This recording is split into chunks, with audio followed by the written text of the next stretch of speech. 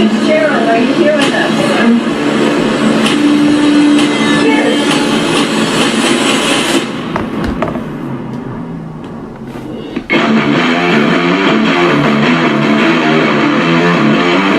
Hi, this is Neal with Graveside Paranormal Tours, gravesideparanormal.com, Graveside Paranormal on YouTube. How's everybody liking the tour tonight?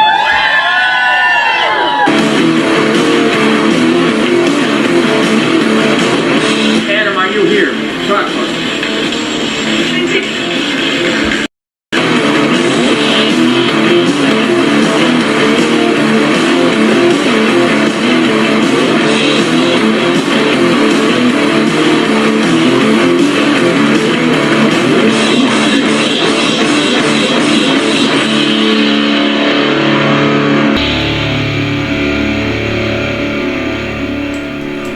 Hello everyone, this is Neal with Graveside Paranormal Presents Spirits by the Graveside. Tonight, we are going to be talking about haunted hotels with Tony Szabelski, ghost hunter, paranormal expert in the Chicagoland area, does a lot of tours just like myself, does investigations like myself. What we're subject matter, once again, is going to be about haunted hotels. But before we get into that, we are going to get into the news.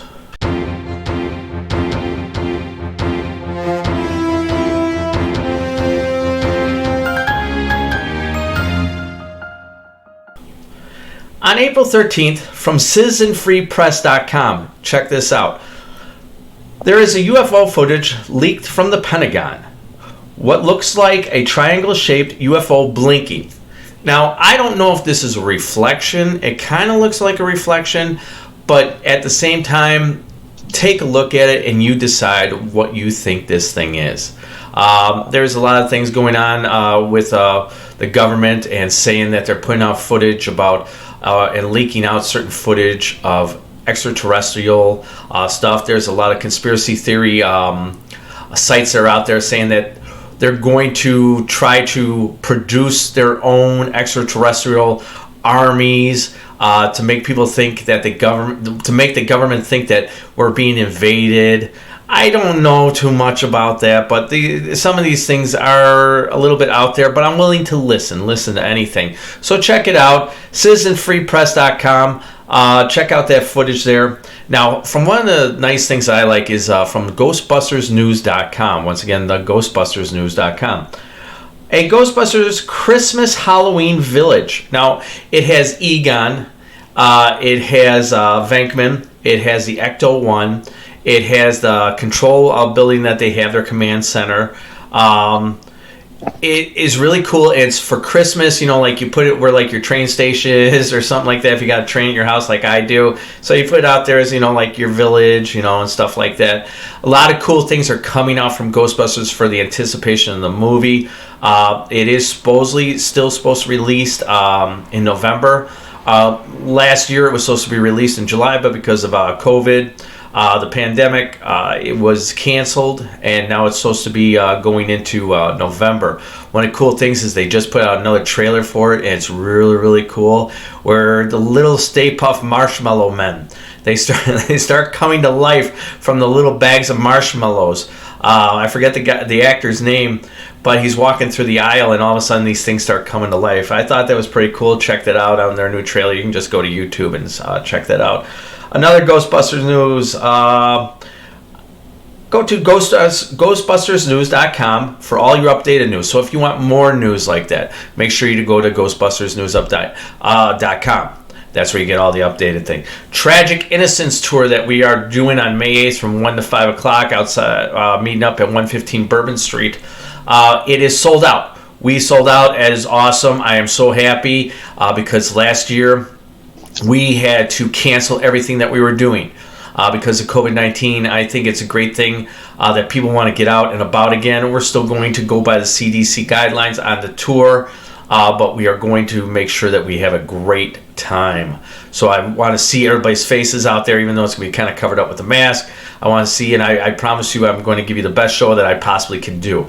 I'm going to give you a lot of fun. I promise you that, me and the Graveside Paranormal team. So let's bring in now Mr. Tony Szabelski. Tony, how are you? I'm good, Neal. How are you? I'm doing all right. I can't complain. That's good. Yeah. So what's new in the paranormal world for you? Are you doing anything new, anything different tonight? I'm going to be hosting a group at the Spiritual Church in Cicero for an investigation between 9 and midnight. Now you do that quite a bit, right? I do, yeah. Okay. We're going to get into that Spiritual Church a little bit later because I want people to know about me, you, and Jack Chavez and Dave from Hands On Paranormal. Right. We actually met up for the first time to do an investigation together at the Evangelical Church, Spiritual Church. And that's going to be coming out this upcoming next Thursday. And we actually caught a lot of the cool evidence, Tony. That's great. And I think we all just had fun doing it with you. Oh, we did. And we had a lot of personal experiences that night, too. Yeah. The people were hearing voices. They were hearing whistling. Whistling, yeah. Yeah. Now, did you hear that whistle? The whistle, no. Unfortunately, I did not. Okay. But everybody else that was in the room with me did. Right. You want to know what? That's very interesting that you say it because me and Steve were just talking about pitches. Not as in baseball, but everybody's ear pitches are different. Yeah. You see, like some people, they call it sensitive or something like that, but maybe we're using too much of a dramatic word as sensitive sometimes. Maybe it's just the pitch in your ear. It could be, yeah. Because what we did is Steve couldn't hear certain things when we were going through the EVPs, right? So what we did was we changed the pitches in our Audacity program. When we changed the pitches in the Audacity program, now Steve was able to hear it. One time we were down in the Forge, we all heard this girl in Blue Island, Illinois. We heard this girl almost like singing or like kind of like a small scream, and he didn't hear it, and he does that a lot. But it's probably because of the pitch in the ear. Maybe it's nothing supernatural about you. Maybe it's just a pitch. It probably is. That's a good point. I mean, because dogs, they hear a certain pitch as well. And it's just the way they're made up. So what happens if, it's maybe just the pitch? And if we can do a little, I'm thinking about doing a little show on that just alone of trying to better understand it, so that other people can understand it. I think it'd be very good for everybody. I have no doubt that they heard that whistle because they all instantly reacted. Oh, yeah. Like, I heard a little boy's voice, and at the same time, my wife heard this little boy's voice down in that basement as well. And you can hear it's a little boy. Right. And the stuff that we got on that Anahata was unbelievable. And I'll get into that once we get to that, because I'm going to bring that up in about hotels. So, Tony, you've been around a long time. How many years have you been doing this? He's probably over 20 years. Over 20 maybe years. 25 years. On like a full-time basis. Well, yeah. I mean, I haven't been giving the tours. 11 years now I've been giving the tours. So that's a long time. That's kind of when things really became more full-time. Right. Yeah, I've only been doing it, doing tours and stuff like that for about 5-6 years. Myself, I've always been into the paranormal, but I never took it full-time until my kids got grown. Well, yeah, that was kind of me, too. I waited till my kids got grown. I have only one still living with me, and she's 22. Yeah. Yeah, you have to make sure you take care of family first and all your other things on the end, Right. And I'm glad I did it young, because now I'm going on 50, and now I can start going out and go and do things. Right, yeah. But let's get into haunted hotels. Let's start off first with the Congress Hotel was built during the World Fair in 1893. Am I correct on that, Tony? You are correct, yes. All right. Now, Al Capone has been seen supposedly in the hotel's bar and lobby. Have you ever came across any eyewitnesses, or have you ever seen him yourself? I have not, in either case, come across any eyewitnesses or seen him myself. I do know that the security staff, I got to know some of them because we used to, part of the tour that I used to do a few years back when they were a little more open about us going through the building, we used to do like an after-hours ghost hunt after our bus tour of the hotel. That is awesome.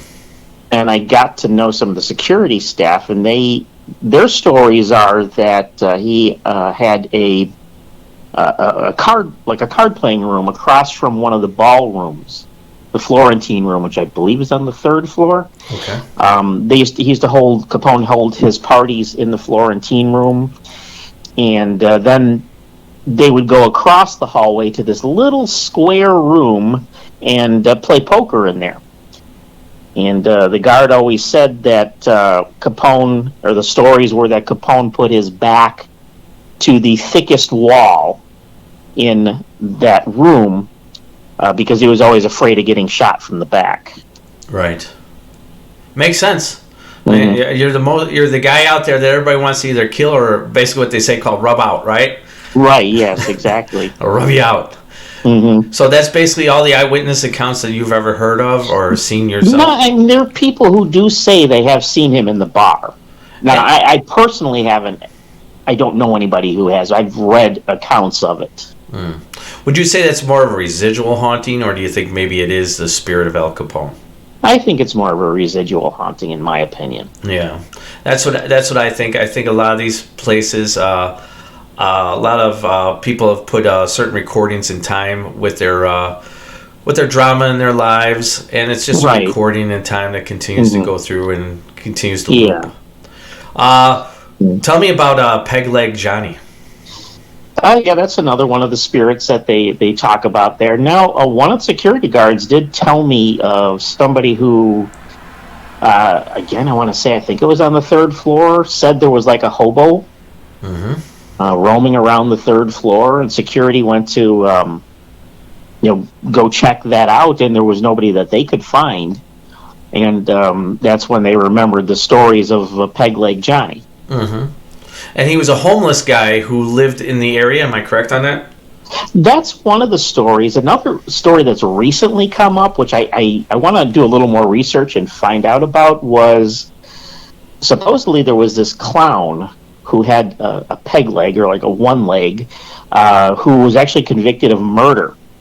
What? And he lived about a block from the Congress, and he was known to, go to the hotel or be in front of the hotel. He was convicted of, well, not convicted, he was accused of murder, but then he disappeared. Let me get this right. A clown. Like Ringling Brothers. His name was Conway the Clown. Conway the Clown. Now, was he dressed up when he would go to the Congress? That I don't know. Like I said, I have to do a little further research, but he did, apparently he did, kind of how Gacy would go to parties and things as Pogo the Clown. This guy went to things as Conway the Clown. So he goes to a one-leg clown. Let's say he goes to the Florentine room. I'm saying that right? Florentine, correct? Yes. That's the bar area, correct? The Florentine is up on the 3rd floor ballroom. All right, and the bar room is what? The bar, I don't know if they really have a name for the bar. Okay. It's just... the bar. Yeah, the bar. Yeah. So all of a sudden, the bartender goes, so this clown walked in. Yeah. That's just... Sounds like a bad joke. It is. It's bad. I'm sorry I had started. But no, can you imagine that, though? Mm-hmm. I mean, how did anybody find out he was a clown? Well, I guess he would tell stories about being a clown. Wow. I thought you were going to tell me like he came in the building or something like that. That'd be it's weird. It's quite possible he did come in the building dressed as a clown. Yeah. Do, do, do, do, do, do. Yeah. All right. So that's basically Peg Leg Johnny? Well, yeah, that's what I know of Peg Leg Johnny. Now, has anybody ever... What about eyewitness accounts of Peg Leg Johnny? Well, one of the security guards did tell me he's seen him. Oh, okay. So one of the security guards. Okay. Yeah. There is also eyewitness accounts of a 6-year-old boy. Now, I hear this is a very dramatic story that happened in the past about a mother and her son. Mm-hmm. Please. This is the one I know probably the most about, and I've had more people tell me they've seen this little boy than anybody else. That's up on the 12th floor. Okay. North Tower. Okay. There's 2 towers to the Congress. The North Tower, which was the one built for the World's Fair guests coming in, and then the South Tower, which was built a little bit later, in 1893 as opposed to about 1903 is when the other tower was built. So this is in the North Tower, the older tower, the 12th floor. The mother comes to this country. She's a they're immigrants from Czechoslovakia, the mother and two sons, trying to escape the country at that time, which is being taken over by Hitler and the Nazis. She comes with just the two boys. Her husband, the boy's father, stays back in the old country to sell their business and sell their home. He's supposed to join them here in the United States. But several months go by. I guess they're only here, like they have like just a temporary visa to be here. Mm-hmm. Several months go by and the mother loses contact with the father. And some say that she may have suffered a nervous breakdown at some point. Probably due to the fact that she didn't want to leave her home country in the first place, and then she's also fearful of being sent back there with, the Nazis taking over. That one day one like beautiful sunny August day, she takes the kids to the Lincoln Park Zoo. They have a good fun day at the zoo. Mm-hmm. She gets back to their hotel room up on the 12th floor, which security tells me is room 1234, which still is in existence today. And then she just opens the windows of that room and pushes the boys out, and then she jumps out after them, killing all three of them. So it was more than one boy. There was two kids killed, yes. The older boy, the 6-year-old, Carl Langer, he's the one that's believed to haunt the 12th floor, not his younger brother, the 4-year-old Jan. Now, we don't know exactly why it's just Carl when, both of them were killed. Some people say that it could be because there was very little press coverage of Carl's death. They showed pictures of the mother with the younger boy, and they talked more about both of them, and they just kind of incidentally mentioned that Carl died also. That's probably why it doesn't show up when you do research on things, because it just says 6-year-old boy. Yeah, there was a 6 and a 4-year-old. Wow, I'm glad I came to the right guy to clue me in on that. Mm-hmm. So now, there are even some accounts that the coroner's office lost the 6-year-old's body the next day, but I don't know if that's true or not. Really? Wow, that'd be horrible. Mm-hmm. Okay. Tell us about, we all seen that movie with John Cusack, room 1408, and what I'm talking. But the real room at the Congress is 441. Right, yeah. So tell us, what is going on in room 441?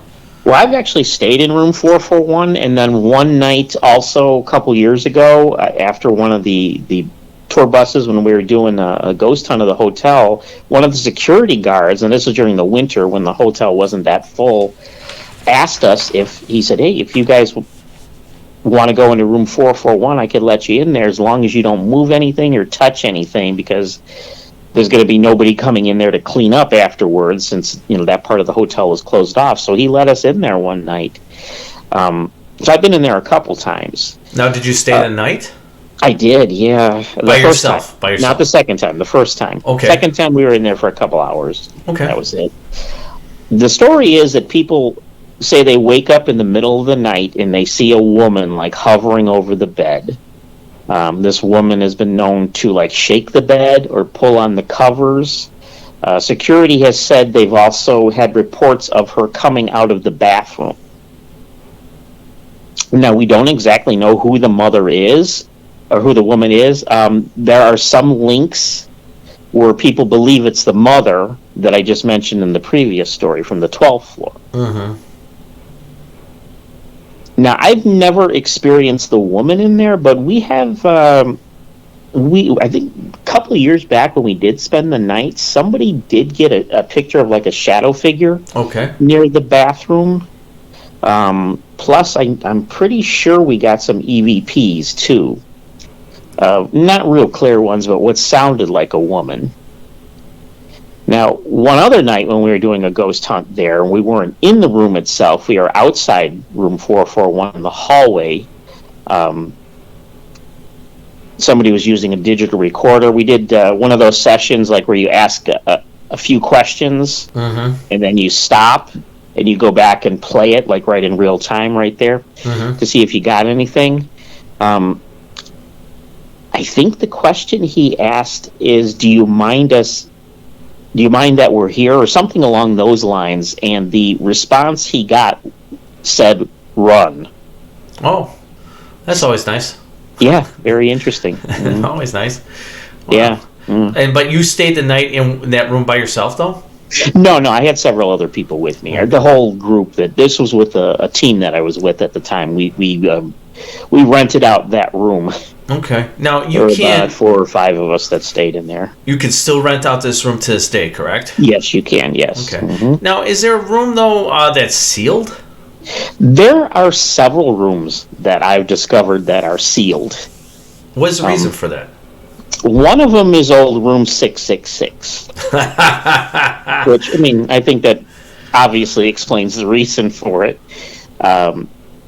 Nobody, I guess, really wanted to stay in a room numbered 666. I mean, I think they sealed it off probably about 50 or 60 years ago. Maybe people now would be a little more interested in that than they were back then. But because nobody was staying in it, they just kind of closed it off. You could still find it. If you go to that hallway, the 600 hallway in the North Tower, and you feel along the wall, they just like wallpapered over the doorway. Oh, but there's You still still a room see- that exists behind that wall. There's something back behind there. You could see they have these little, I don't know what they call them, like woodwork above the doors. Mm-hmm. If you go down the hallway, you see wherever there's a door, there's this little like woodworking above it. And you still see that there, but there's no door below. Now, I've heard from other people that there's something malevolent about that, some sealed room or something. Well, I don't know if it's so much room 666 that's malevolent, but I found a room up on the 12th floor that's closed off. Mm-hmm. And when the security staff that I got to know pretty well there, when I would ask them about that room and why is it sealed off, and you could see it when you go to that room. They've taken the room number off it. There's 2 deadbolt locks on it, and it almost looks like the door is sealed in some ways all the way around. But when I asked them, why have you closed off this room? They just kind of snicker at me and say it's just a sealed off room and we don't use it anymore. And I found another one in the 400 wing of the South Tower, not too far from room 441, that's also sealed off. Really? And you know what? It's actually been my experience that a lot of rooms that are sealed off, there's a reason and a rhyme for that. Especially when it has to deal with some kind of a haunting. Mm-hmm. I would think so, yeah. I'm going to tell you, there was this one thing in one of the divisions at the jail, right? Mm-hmm. And that's where they used to have the electric chair, okay, back in the day when it used to be called the city lockup. And they kept Old Sparky, after it was done and not used anymore, they kept it locked, and they would never allow anybody in that room, because if you walked inside that room, things would start going crazy inside the room. I have a lot of people who gave me eyewitness accounts, and what they would do is they would use it as a storage room for stuff like that. And so the point I'm making is that sometimes there's a reason why people do lock up rooms and don't allow people in them. That is a fact. Yes. Yeah, if something happened to somebody, I'm not saying it definitely did there, but majority of the time, if places, that's usually the common reason. Now, definitely. Now, what's interesting about what we're talking about, sealed rooms, I guess there was a young man who was sealed in a wall, and it's called the Hand of Mystery. I've heard that story also. They closed off that hallway so we couldn't even get access to it. Mm-hmm. I saw the hallway years ago, and you could see what looks like in the drywall a handprint. Really? But yeah. Mm-hmm. Because I have to be honest with you, if all of a sudden I like the story, it's really good, but there would have to be somebody on the other side who's sealing him in.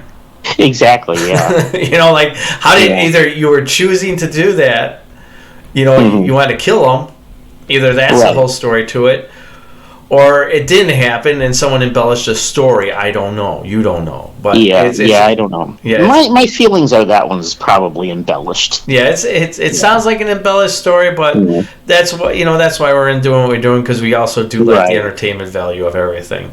Yeah. Now, getting back to the sealed rooms, though, go ahead, I'm sorry. one thing we didn't talk about is there's been a tremendous amount of suicides at the Congress Hotel. How many to date do you know? I don't know offhand.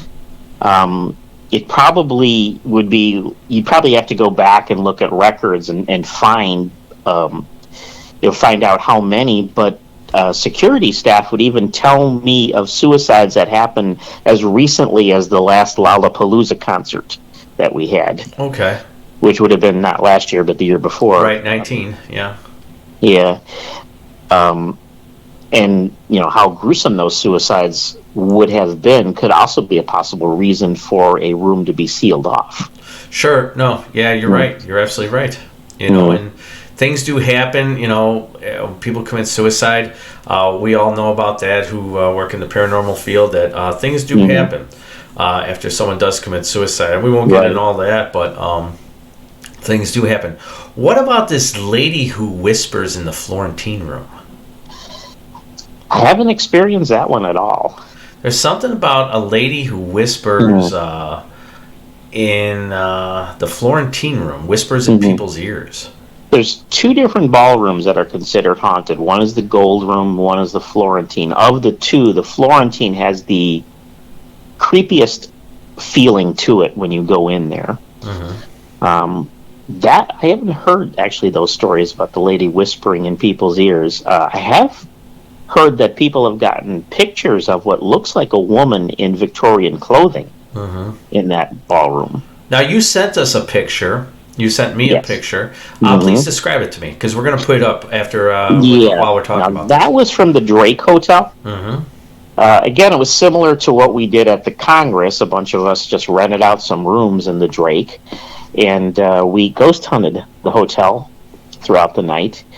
Interestingly, that picture was taken not when we were even ghost hunting. We were just kind of walking around. A friend of mine took the picture. She was just kind of walking around. You know how you do in the early stages of an investigation? You kind of walk around, you start taking some pictures and things like that. That's all that we were doing at that point. We got to one of the ballrooms downstairs. None of them were in use that night. They were all... doors were open, but they were closed off, and the lights were off. And she was just randomly taking pictures when all of a sudden she just, like, you know how you act if you got really startled? Like, you jump back, and she threw the phone, and the phone almost hit me, and I'm like, what? What happened? She's like, I saw something with my eyes before I took that picture. Really? So we let down, got the camera, and we started looking back at the photos, and that's what was in the photo. Wow. And we're going to put that photo up for everybody so that they can look at it. And what would you say that looks like to you? To me, it looks like a woman in a dress. Okay. And that's where we're coming into now, is about the Drake Hotel. Right. Tell us about that story about the lady in the red dress.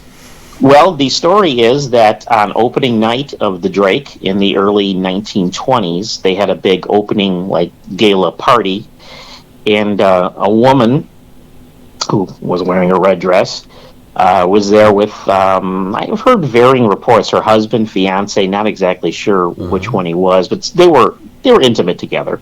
And she catches him all over another woman. So she's distraught, and she commits suicide by jumping off, I believe it was the 10th floor. Yeah. And that's where, yeah, you're right. Yeah, and that's where her ghost has been reported quite a bit. She's been seen on the roof. Yeah, on the roof. Yeah, and she's been seen on a floor. And I think also in the ballrooms. Right. Yes, you're absolutely right. And the picture was taken in the ballroom, so it's quite possible we got a picture of the lady in red. That's amazing. What other stories? Because I didn't find any other stories about the Drake. There aren't a whole lot, really. Another story, some people have said they've seen a lady in black there also. which some people trace back to, and it's interestingly because the in this case the lady in black wasn't the one killed; she was the killer. Really? Who got away. In 1944, there was a lady staying, like a Chicago socialite. Her name was Adele Bourne Williams. Mm-hmm. She was staying in the hotel. One night, she was walking back up to her room with her daughter when they opened their hotel room. There was a woman inside the room in black. Mm-hmm. Have you ever seen the movie The Natural? Yeah. Oh, yes, excellent there's that movie. one Love scene that where movie. he goes to the hotel room and the woman's there. Yeah, Dahlia. Yeah, Dahlia. Black Dahlia. And, Yeah, this woman's in black. She had, they described her as having like a flower in her hair. Mm-hmm. And she just starts shooting at them. Wow.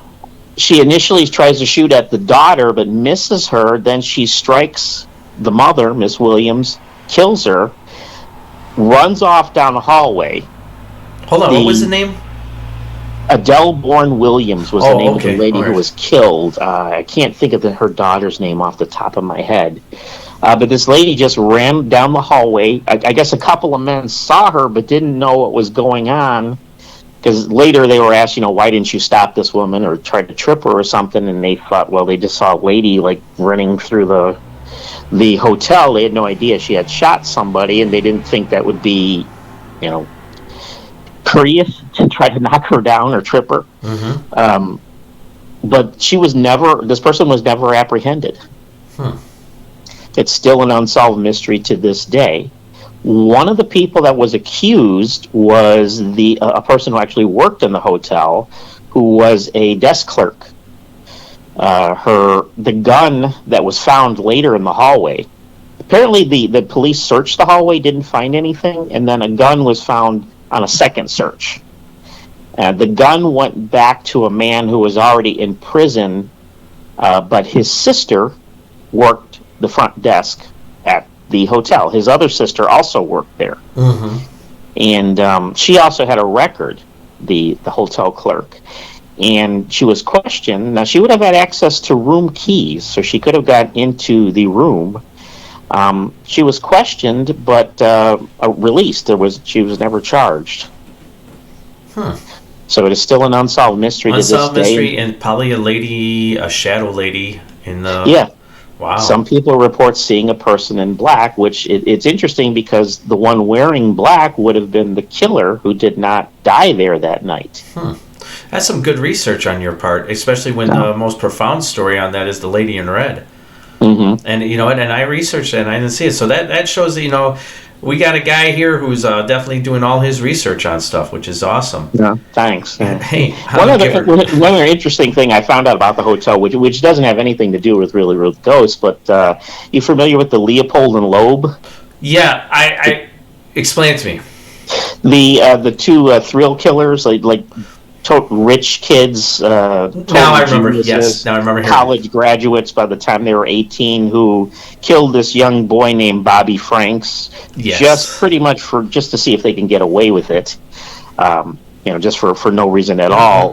Bobby Franks' parents moved into the Drake Hotel after his death because they were being hounded in their neighborhood by the press. So they got away and anonymously lived in the Drake Hotel for quite a long time. That's horrible. That is so horrible. Yeah. You know what? One thing we forgot to bring up about the Congress is there was actually a killer in the Congress other than our infamous Al Capone. Mr. H.H. Holmes used to frequent there, I guess. Yeah, they say that he used to pick up victims in front of the hotel, at least, possibly going inside. I mean, it was built for the World's Fair, so that. Yeah, and that's when he started showing up. That's when Yeah. Mm-hmm. That's Lord. Take you back to the other down hotel. To his hotel down on the south side. Yeah. Hey, come on down to my basement. Right. Yeah. That's crazy. Mm-hmm. It's so weird that a lot of hotels have this drama and these stories of these ladies committing suicide, jumping off roofs and stuff like that. Yeah. Like take for instance the Baker Hotel in St. Charles. Mm-hmm. this lady didn't jump off, but she drowned herself after her fiance abandoned her at the altar. Do you know anything about that haunting at all? I've heard that story. Yes. The one thing I heard about it is that Donnie Wahlberg and what's his wife's name? I can't think. Oh, Jenny McCarthy. Jenny McCarthy. Yeah. That they were supposed to have their reception there and spend the night, but they didn't. They ended up fleeing. You know what? I think I did hear that. Mm-hmm. That is so weird. Yeah. And I guess guests on the sixth floor sex. Jenny McCarthy. That's probably going on there too on that floor. Oh yeah, but that's where they kept the chambermaids, was on the 6th floor. And they say to this day that a certain room or a couple rooms that some of the times the sheets and the blankets are all messed up, they're disheveled and stuff like that. I've heard that. Yeah. So that's a pretty interesting place. But my point is that a lot of these hotels, like I was watching, we were talking about this earlier about the Netflix series, the Cecil Hotel, which is, oh my God, for people who are out there, please watch that. If you're into that kind of stuff, like I am. It's an interesting story. I don't think it probably could be a haunting after occurrence, but I don't think there was any demon possession or anything like that. I think this was a girl who was not taking her meds and made a mistake, and that does happen a lot. But let's talk about a hotel that I call, for what I think of, and I thought we'd bring this together. It's just ironic, for lingering spirits, and I'm going to talk about the Evangelical Spiritual Church. And that's just my opinion. The reason why I say that is because there's a lot of lingering spirits, because there could be lingering spirits who may have not found their way home or onto the next side because of a thing called the Eastland disaster, which happened July 24th, 1915. 844 people died after it capsized in the downtown area on the Chicago River. Yes. Tony, tell us a little bit about the church. Well, the church used to be a funeral home. And they actually were able to build the newer building that we're in when we do the investigations and expand on their business because they made so much money off all the wakes from the Eastland disaster, because the majority of those people, the Western Electric Company, they were Western Electric Company employees, and that is in Cicero, and that's where this church is. So that's where a good majority of the wakes were held for Eastland disaster victims. And you know what? I want to bring up something, because we're talking about the Eastland, and I saw you put up something the other day, and I always believed, and you corrected people, is that it was not at the Excalibur that bodies were put in morgue there. Right, yeah. A lot of people believe that. I believed that up until when you just put that out.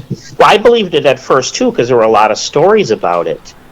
But if actually, again, you do the research, they were never brought to that building. That actually was the Chicago Historical Society, which if you stand in front of the Excalibur, well, I think it's called a nightclub called Tao now. Yeah, it's a Oriental food place. Yeah. If you stand in front of that building, facing the doorway, you look above, it says Chicago Historical Society right on it, still to this day. Okay. Now, the bodies were never brought there. They were brought primarily to what eventually became Oprah Winfrey's Harpo Studios, the 2nd Regiment Armory building over in the West Loop. Not really sure how the stories got out that it was that building that they brought the bodies to. Some people say it's because the photos of all the bodies, when they saw them in later years, because if you look on the internet, look up the Eastland disaster, you'll see a number of pictures where they show all these bodies laid out, because all the bodies eventually, once they were recovered, they have to lay them out and they have to identify them. Right. Hopefully some family member will come to claim them. The bodies, those pictures are all stamped Chicago Historical Society. So that's probably why they thought. They thought that probably came from that building because that's what the pictures all said. So originally it was at the old Harpo Studios, Yes, the old Harpo studio. And a place in Cicero that was ran by, what was the lady's name? She was the first mortician in the Chicagoland area. It was the Hersha Funeral Home. Right. And so was it just two places that a lot of these bodies were taken to? Well, the building, if you go to where the disaster happened, there's a building right behind it that was there in 1915. It's still there today. It's known today as the Reed Murdoch Warehouse. It was a wholesale grocery warehouse. It was right back behind where the disaster happened. There were, being a warehouse, there were plenty of room with open spaces, so they did bring some of the bodies there. And there are stories of that being haunted also, and I guess they did bring him to a few other smaller places throughout the downtown area, but the majority went to either the Reed Murdoch or the 2nd Regiment Armory, which became Harpo Studios. Okay. And the lady was mortician. What was her name again? I can't think of her first name right now, but Hersha was the last name. It's hard to pronunciate. That's the reason why. Yeah, because it has the H in front of it. Now, what we're getting back to is the Evangelical Church, the Hotel of the Lingering Spirits, as I put it. It was originally on the south side of the street. Yes. And after 1915, another one was built on the other side of the street, which is now owned by Mahala Bacon, the lady who runs it. Very nice lady. Mahala is really awesome. Yes. So it's a very interesting story. I went to this place, the Evangelical Spiritual Church, and I'm telling you, ladies and gentlemen, like I tell a lot of people, you may not think that you have anything until you go through all the evidence. And I think Tony will agree with me. We caught a lot more than what we thought we were going to catch. I'm going to tell you something, Tony. My wife, me, and Dave, and my buddy Brian, we were all over near the entrance, and I caught this EVP of this screeching thing, and it's going to be out on next Thursday. And it's so weird. I've never caught something like that. We also get a little boy who says a vulgar word on an EVP, as well as on Anahata. Now, here's an interesting thing. I did some research on another guy's thing because I like seeing what other people's evidence are. Now, when you were at the Anahata down in the basement, do you remember what it called you? Yeah, off the top of my head, I can't think of it, but it called you Cupcake. Cupcake, yes. That's now, it right. may not have been directed at you, but you were talking to it. It may not have been that it called you Cupcake. Yes. But they've actually caught that word before in your place. Oh, interesting. Another man, he caught it on his ovulus of the word cupcake. So I said, what the heck? I said, man, that's crazy. Tell us about the history of the church other than the Eastland disaster, because we've already talked about that. Well, other than that, it also, going back to Al Capone and the mob, mid-1920s, Chicago elects a new mayor who says he wants to reform the city and try to get rid of all these bootleggers, and he eventually pushes Capone's operations out to the suburbs. And Cicero was wide open, so that's where Capone landed and ran his operations out of the Hawthorne Hotel for a couple of years until he got his mayor reelected, Big Bill Thompson, who let him do whatever he wanted back in the city again. But for a while, he did move his operations out to Cicero, which this hotel would have been not far from this funeral home. And there are stories that a number of the mobsters' funerals were held in that funeral home. Right. Yeah, I mean, it makes sense. I mean, it was a part of the community, and a lot of guys, they lived in those communities. Lived in that community. Could they be lingering spirits? Yeah, of course. They would be, yes, they would be. Then it was a funeral home up till 1975, when then it became a spiritual church. Reverend Harry Hilborn. A lot of people, I don't know if you saw some of the pictures. Me and Jack just did a whole thing in a home in Oak Park. We did a whole presentation on spiritualism with the medium that we had that night there. And a lot of people don't really know what spiritualism is, but basically was a 19th century religious movement where they believe in everything that other religions believe in, like life after death and like a higher power and stuff like that. But the spiritualists also believe that you could communicate with the dead in this lifetime. So that's where the use of mediums and seances, Ouija boards, things like that all came out of that movement. And this is what is taught. Not necessarily the use of Ouija boards, but these are the kind of things that are taught at the spiritualist church, like psychic abilities.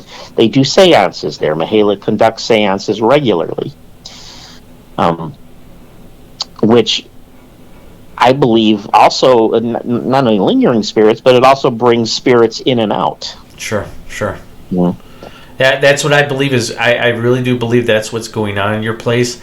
I think things are just coming and going inside that evangelical church. Because you got to remember, when you're getting into spiritualism and doing seances and this and that, and you are bringing in other people who want to investigate, sometimes now we're opening up other things. And it's just going to happen. And this is my opinion. You are eventually going to open up something that you may have forgot about. Yeah. It's just a fact. And Right. you may not have had intent to do that, but it could. Because, like I said with the Anahata, it's really weird about that one guy's voice. I have never heard that voice on the Anahata ever. I think you remember me saying that. I've never heard this voice. After listening to it, it keeps saying the name Osiris. And I'm like, this Osiris. I go, the man of the dead. I go, back from Egypt times. Yeah. I'm like, wow. Yeah. I'm telling you, man, when you see this thing, you're going to be like this, oh, man, Neal, this is weird. I can't wait to see it. Now, Jack told me that they called his name out several times. I'm going to tell you something, man. Jack, I don't know if he has like a little bit of a gift to be able to speak with something, but they sure do like Jack. I think it was a total of 7-10 times they named his name. Wow. They said his name, yeah. Yeah, interesting. Yeah, man, I was like, wow, this is nuts, man. And I think there's actually a lot more evidence that we can compile if we do another one out there, because we know what we're looking for now. Right. And I definitely want to go back out there again. Oh, definitely. Yeah, definitely. But other than that, though, and I had a great time with you, and I appreciate you coming on the show again today, man. Oh, sure. Yeah, it's always a good time. And I want you to plug whatever you got to plug of any upcoming events that you're doing or anything like that. Yeah, okay. Well, I am doing tours again. Yeah. Through American Ghost Walks. I have a Lincoln Park walking tour tomorrow night. It's a tour. It's a ghost hunt type tour, and then I'm doing the bus tour downtown and kind of north side bus tour. The only thing investigation wise I got coming up is I'm going to the Rhodes Hotel in Atlanta, Indiana on July 30th. And along with Jack Chavez, May 1st, Jack's running an investigation, but I'll be there helping him out. Yeah, you guys are going to that one really big mansion. Allerton Mansion out in Monticello, Illinois. Yeah, tell us a little bit about that place, man. Jack, I haven't been there yet. This will be my first time. Jack went last fall, but I didn't make it to that one. I had something else going on. But I think Robert Allerton was the founder, or one of the founders of the old Union Stockyards. He made a lot of money in livestock. And his son... Was the son's name Robert? I could be mixing that up. The son's name might have been Robert. Father's name might have been, Jack will probably correct me on this, might have been John.